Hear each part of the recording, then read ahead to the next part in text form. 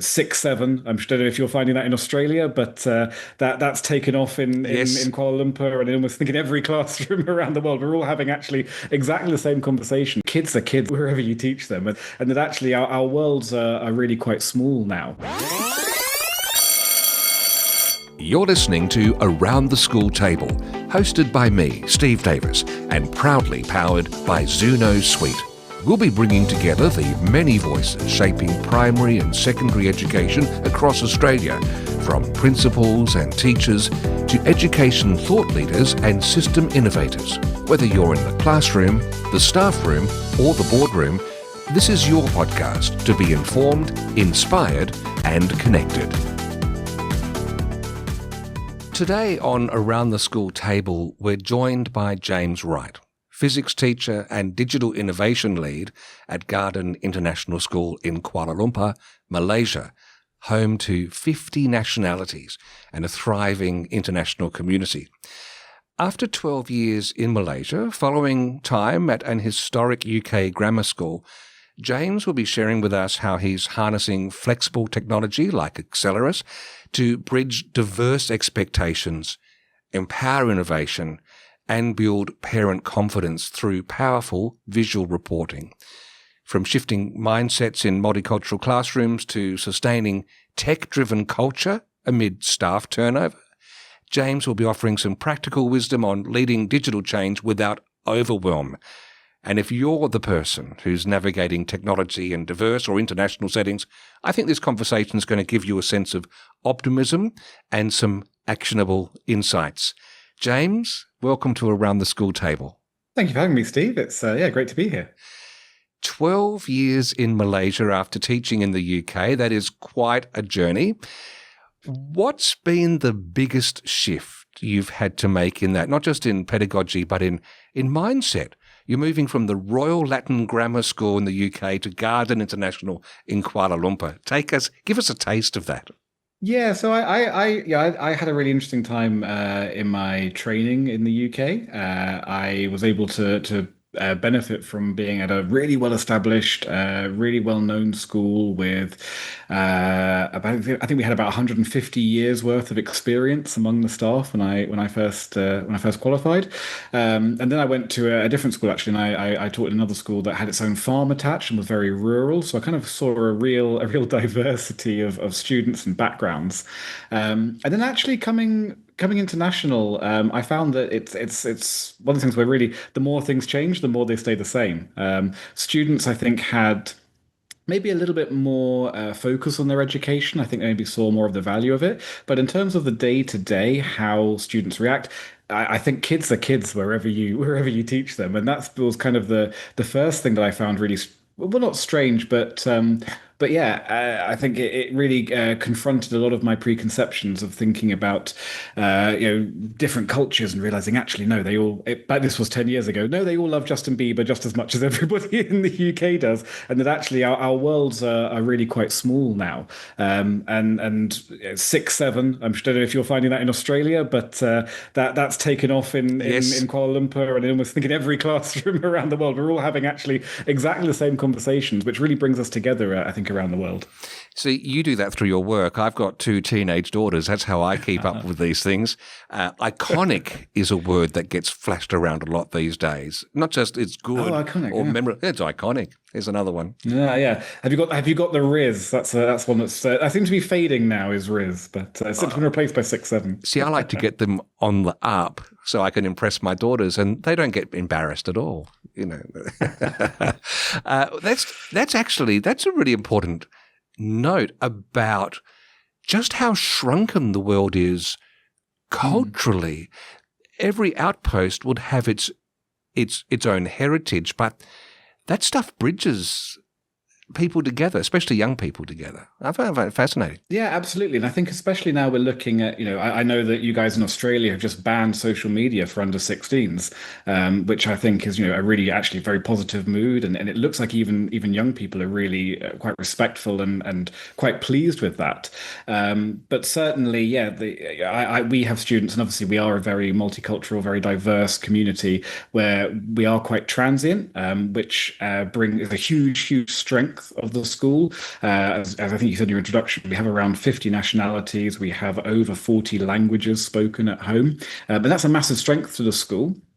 And the internet and the sort of shared culture that they have really connects those students. And there are lots of students who they're still friends with people that they met when they were in year one, and they're now in sixth form, and they still talk to each other online. Obviously, for us as educators and as school leaders, though, that obviously comes with risks as well. And there are other times when we talk to students and we know that they have friends who they have never met, which certainly when I was growing up was something that we'd be really terrified about and think, oh my goodness, no, no, no. And now there's many more nuances and shades to that when you think, well, they're introduced through a friend, and how do they know each other? And yeah, you're right. These shared culture and these shared languages, and the way that these memes and ideas spread throughout culture is lightning fast. And it means that we as educators, I think, have to be really agile and really responsive to those things. And yeah, we can't afford to just be the old men in the corner that don't understand any of it. We have a duty to understand the zeitgeist of the environments in which we're working. Yes, because I had a pen pal in Guatemala when I was growing up in Adelaide in Australia. That was weeks and weeks between sending and receiving a letter. That would be a very strange concept for today's young people.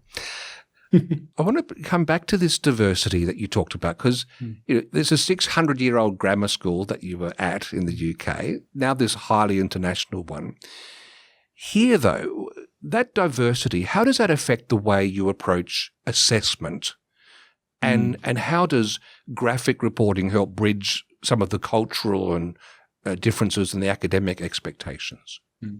Yes, that's a fantastic question. And I think certainly coming from the UK, almost everybody experiences very, very similar, very uniform types of education. Almost everybody does GCSEs and then A levels, or maybe some vocational qualifications on top of that. And as much as UK teachers like to bash whichever government is in charge, and there have been lots of changes, actually, the core qualifications have stayed broadly the same. The year levels have stayed broadly the same for about the last 25 years or so now. Certainly, when I was at school, there isn't tremendous differences. That's turned on its head when you come internationally. And that's certainly something that we see. Our school is proudly British. So we say that we are, yes, international in focus, but proudly Malaysian. But we are very British in our curriculum and the structure of the school. So all of our teachers understand everything perfectly, but our parents absolutely do not. We have around 10 to 15% of our parents who are non-staff are British. All of the rest of them have been educated in a variety of different systems. And that poses real challenges for us as a school about how to communicate just how your child is doing. Just giving a grade. Some parents, they may have come from a system that is grade F through to A. In the British system, we have A stars for some subjects, but not others. Some of our subjects doing the same qualification, GCSEs, some of them are grade U through to A star, others are 1 to 9. If you come from the American system, you may have A plus, but you could have a GPA. From the Australian system, you have another one. If you come from IB, you have another one. And what we find is then for parents, well, I've got a much younger child. I've got a 2-year-old. I just want to know, is she okay? Where is she? Is she doing okay? And we as educators, we can really easily fall into, oh yes, their target is a B and they're on a C, so everything's fine. And what's a B and what's a C and where they are, what that means for that particular child and where they are, that can mean wildly different things from other education systems. So we have a real scope there for tremendous misunderstanding and tremendous worry and anxiety that it can cause parents when we're not all speaking the same language. So what we've been doing at GIS recently is looking at our assessment and reporting and trying to drill down to, well, what is it that parents really need to know and need to understand? And one of the tools in that arsenal is graphical reporting. So essentially, we try to replace a single letter grade with a graph of some description that just very visually to a parent says, this is where your child is, this is where we would expect them to be. Now, in our context, we do that based on a target grade, and that target is set based on aptitudinal data that we've collected on them. I know there are other schools that are doing it maybe on cohort average, and one that I've seen that is quite prevalent in a few schools is they'll say, okay, here's a bell curve for this particular assessment, and you can see where your child is.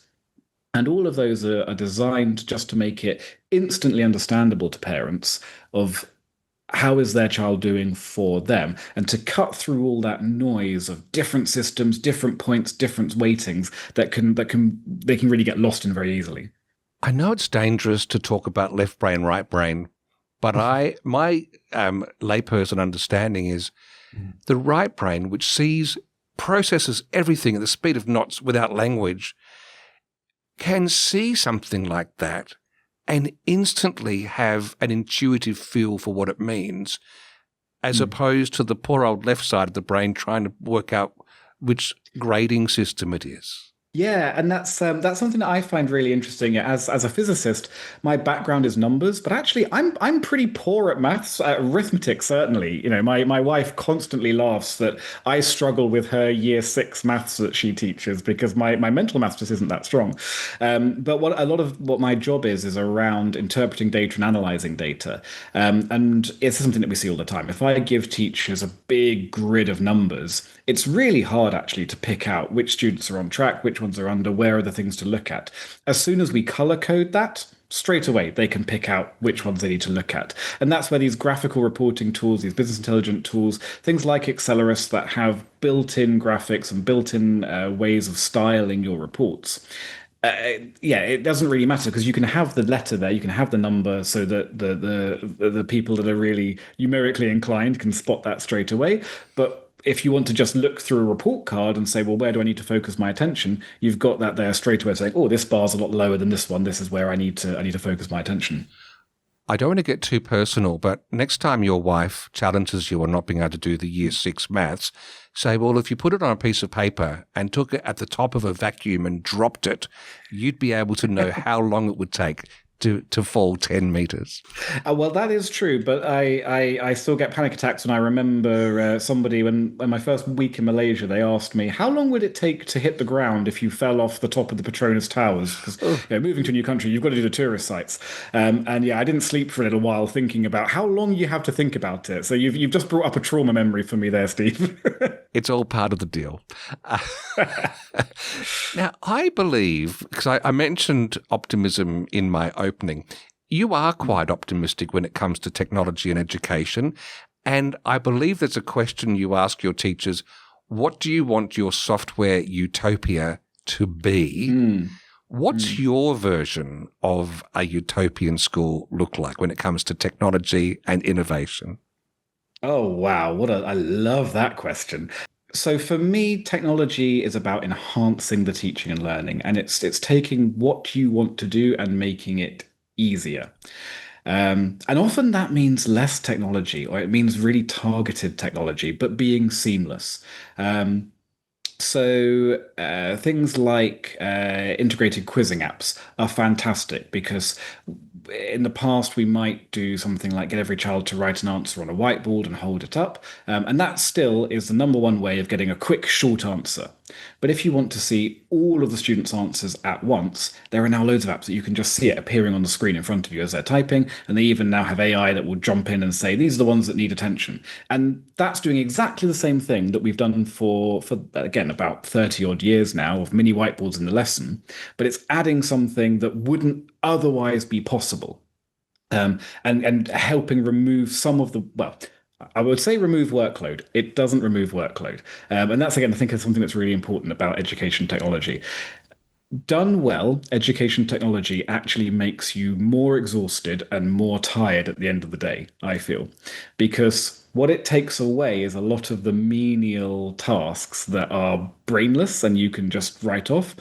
And that frees up your time to do more impactful things, to do things that AIs, that technology can't do, things that require a human to understand those students in front of them and say, okay, this student's a little bit behind here. This is how I can impact here. This lesson, clearly the data is showing me was really dull. How do I go and make this more engaging? So actually, again, I think done right, education technology, if anything, you're going to be more tired when you go home, but you're going to be a lot more satisfied in what you have achieved because that time is spent really, really wisely. So yeah, so my utopia is we're not doing things for the sake of using a technology. We're looking for the gains where the technology takes off the boring tasks and gives us time to do what actually matters.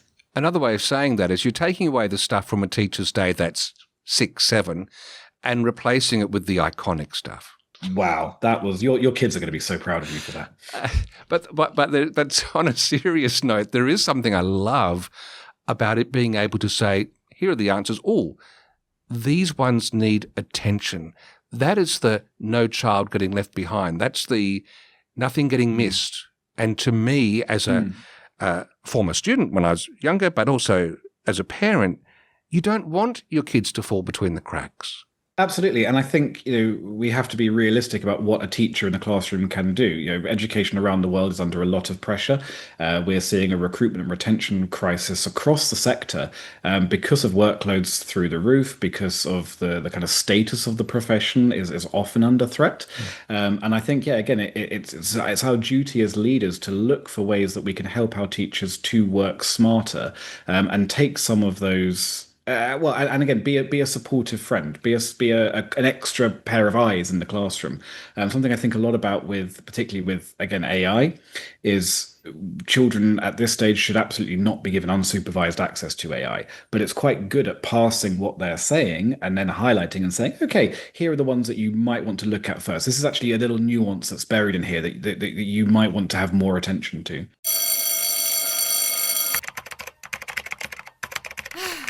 Still wrestling with clunky reports? Switch to Accelerus, the gold standard in school reporting. From semester to continuous reporting, design stunning reports in Word, pull data from multiple sources, and share with a click. Easy, flexible, beautiful. Accelerus.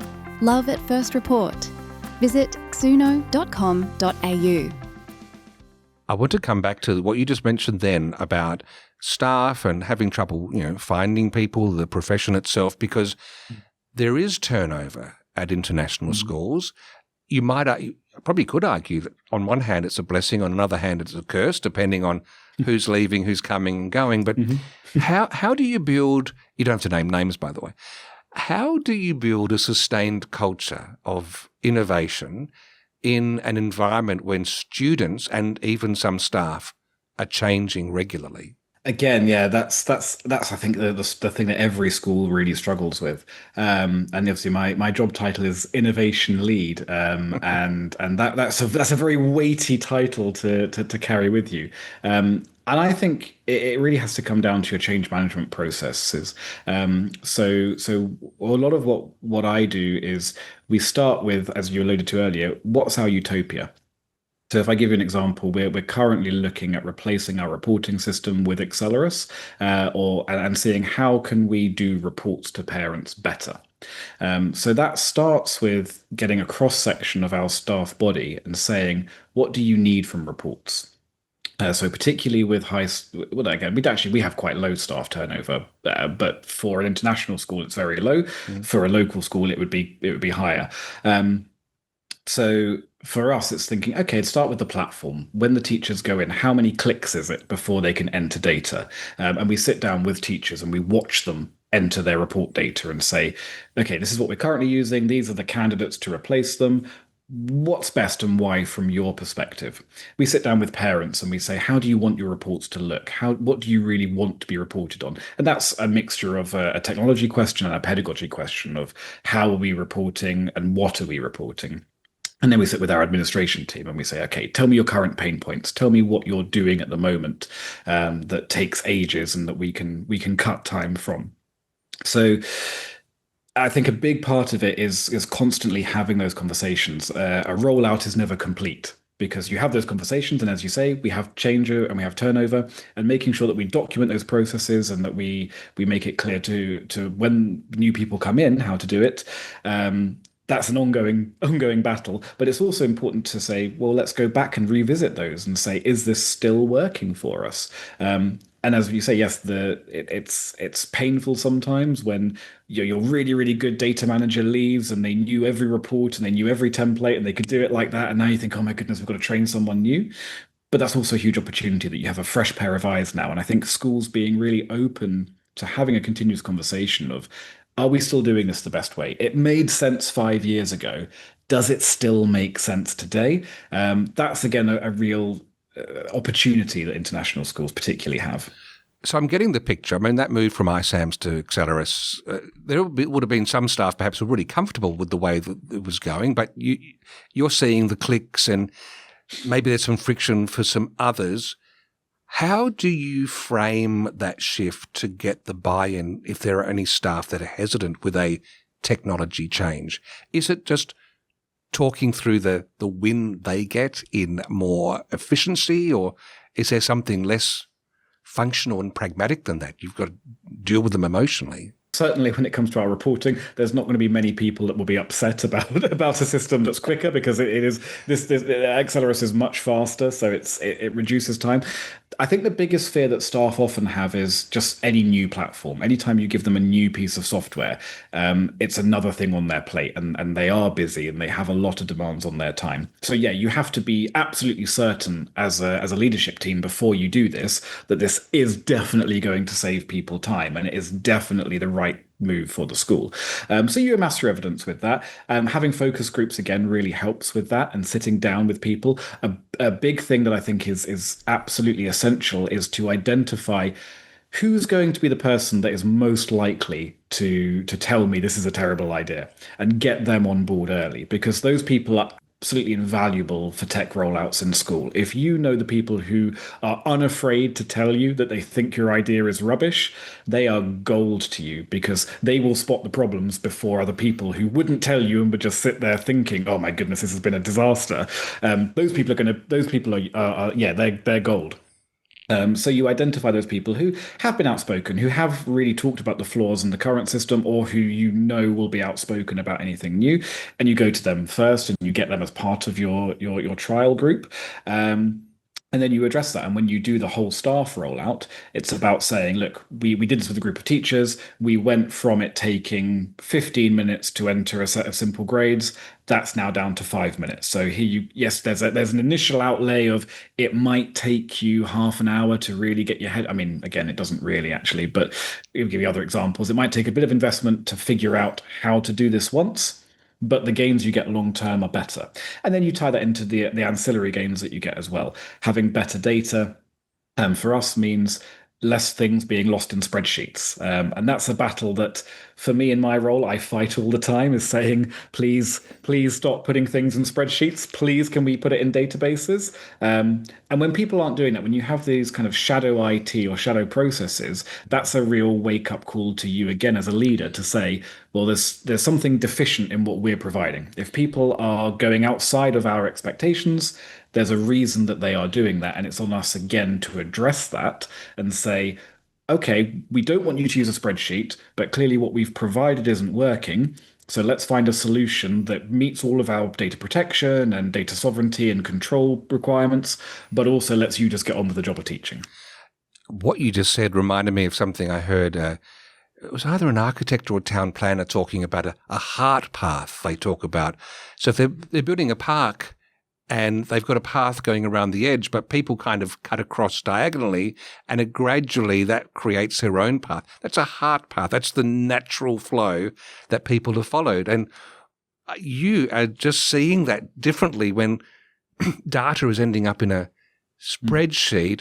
That's a signal to you that there's something either not understood or too hard about what you're trying to get across. And so you use that, it seems, more as an alert to dig deeper rather than a reason to get out the cane and rack someone over the knuckles. Yeah, absolutely. And it's always important, I think, to always start from the point of view that there are very few belligerent teachers out there.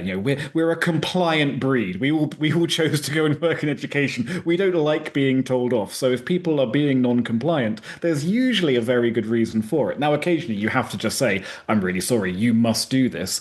But in my experience, that's actually almost never the case. It's almost always, as you say, realizing and having, I think, having a bit of the humility there to say, "Okay, we've not met your needs. Let's fix that." One last question around Accelerus before I move on, because it's described as curriculum agnostic and customizable. ISAMS, I've heard described as it feels like a school in a box. This flexibility with Accelerus, why is that so important, especially in an international context? And does having API access bring with it something of value, especially when you're looking long term at your digital strategy? Yes, so much. So, again, being international, it's a really exciting place to be in because we speak to a huge number of vendors, particularly, but certainly if you're UK based, they are quite niche a lot of the time, and you have much less choice. And what I kind of see in the landscape of edtech is there seem to be at the moment two very distinct camps. Some vendors are going with school in a box models. So that is, they will provide you a product and it does everything. It does your curriculum, your attendance, your data collection. It will do setting homework, everything. And those are all pretty much great. They all work really nicely. But what they require is that you change your school to match the software. And if your school doesn't call something by quite the same terminology, often it's like, well, we probably better actually just change what we call it internally because you can't change it on the software. If there are certain ways of doing things, certain flows of processes, you have to adopt the software's approach.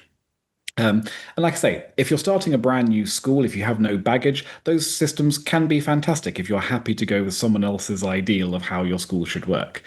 I'm a bit of a control freak, so you can probably tell I'm trying to be fair and balanced. I quite dislike that model. I much prefer a product that does one thing and does it really, really well. And so Accelerus is a great example of that. Accelerus is about reporting. You have things that look like spreadsheets but are a database that you put your data in. Teachers and heads of department can add their own columns. The school can say these are our reporting columns, and then you map everything onto a Word document. So it's things that people are familiar with. It's very quick. It's very nicely done, and it just does reporting. So the back end and the architecture of it is designed so that you have lists of any grade you like. So you put in your types of grades, or you can put comments of any type, you can put numbers of any type, you can define your own calculations. So what that means is you have this incredibly powerful platform that is designed for doing school data.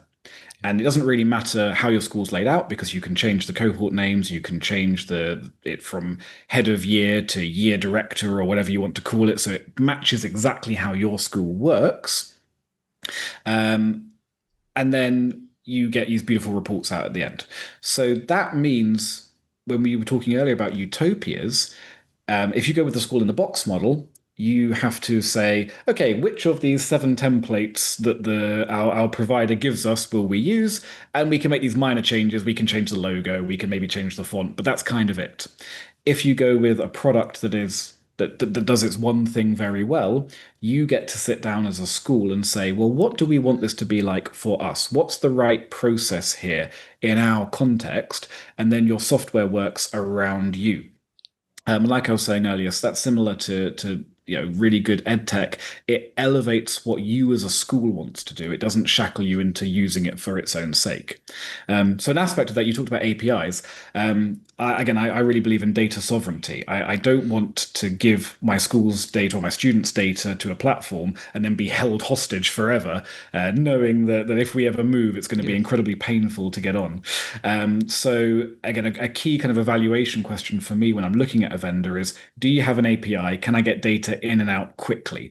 We have a bunch of different Python scripts that we run so we can move things in, we can move things out. And I think, again, for a vendor, that's a real sign of trust in their own product. If it's a product that says, you can access it on the website and that's great, but we're not going to let you have it back out again. That says to me, oh, hang on, I'm going to be trapped here. And why won't you let me take my data back out again? Are you worried that I'm going to use it for a year and then want to jump to a competitor? Whereas if I can pull it all out again, I go, okay, you have faith in your product that I'm not going to want to leave. Someone else from England wrote a song called If You Love Someone, Set Them Free, Gordon Summer. Maybe it's an English thing. Yeah, well, my wife's mother always said that one must have one's own bank account in case one ever chooses to leave. And actually, that's absolutely right. I would not want my wife to stay with me because she was trapped. That would be horrific. So, look, okay. Well, thank you for walking us through that, because it helps us who are not at the tip of the tech end understand what you're thinking about. You might have already covered this, but my last question is the fact that if you've worked at some schools where you shear sheep, others where you deliver data dashboards. You've had quite a diverse background. But your big picture vision for how technology can serve us and not shape school culture, but actually serve us, is there a big picture? Is there a overarching way that you see things? It's people. It's about the people. The technology is... People were doing outstanding teaching and learning 200, 300, 400, 500 years ago. I think we have to start with what does really good pedagogy look like?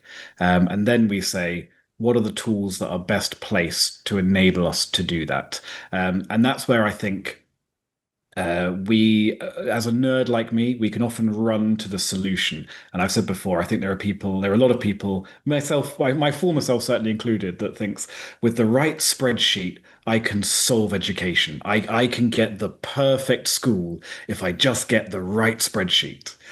And we can't. Education is hard. It's an almost unsolvable problem. All we can do is constantly listen to the research, look at best practice, and realize that young people, I said earlier, they're all the same, but they're also all different and they're also all changing. So it's a very unsatisfying answer, but I don't think there is a magic solution. I think there are some elements that great solutions have. So like I said, do one thing and do it really well.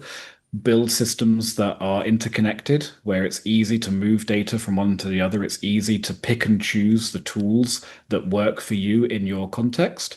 But ultimately, it all comes down to, do you really understand what you are teaching and who you are teaching it to? And do you understand what they need? And it's picking the tools that make that work where the magic happens. And that's the bit that hopefully AI will never take from us, and our jobs will remain safe for the next 200 years. One footnote question. Garden International, you say, very much English-style approach to the way things are taught. Does that mean it's the English style of cricket that is taught there at the school? Well, I can say Mr. Solomon's, Mr. Whitney, they do run the school cricket club, but I don't know how we do in that one. I think we may leave that to the Aussies. I hope that hasn't soured our relationship. It was a cheap crack, James. It was a cheap crack. James, I'll let you off. It's okay. Thank you very much, James, for joining me around the school table. Thank you, Steve. We're going to be here.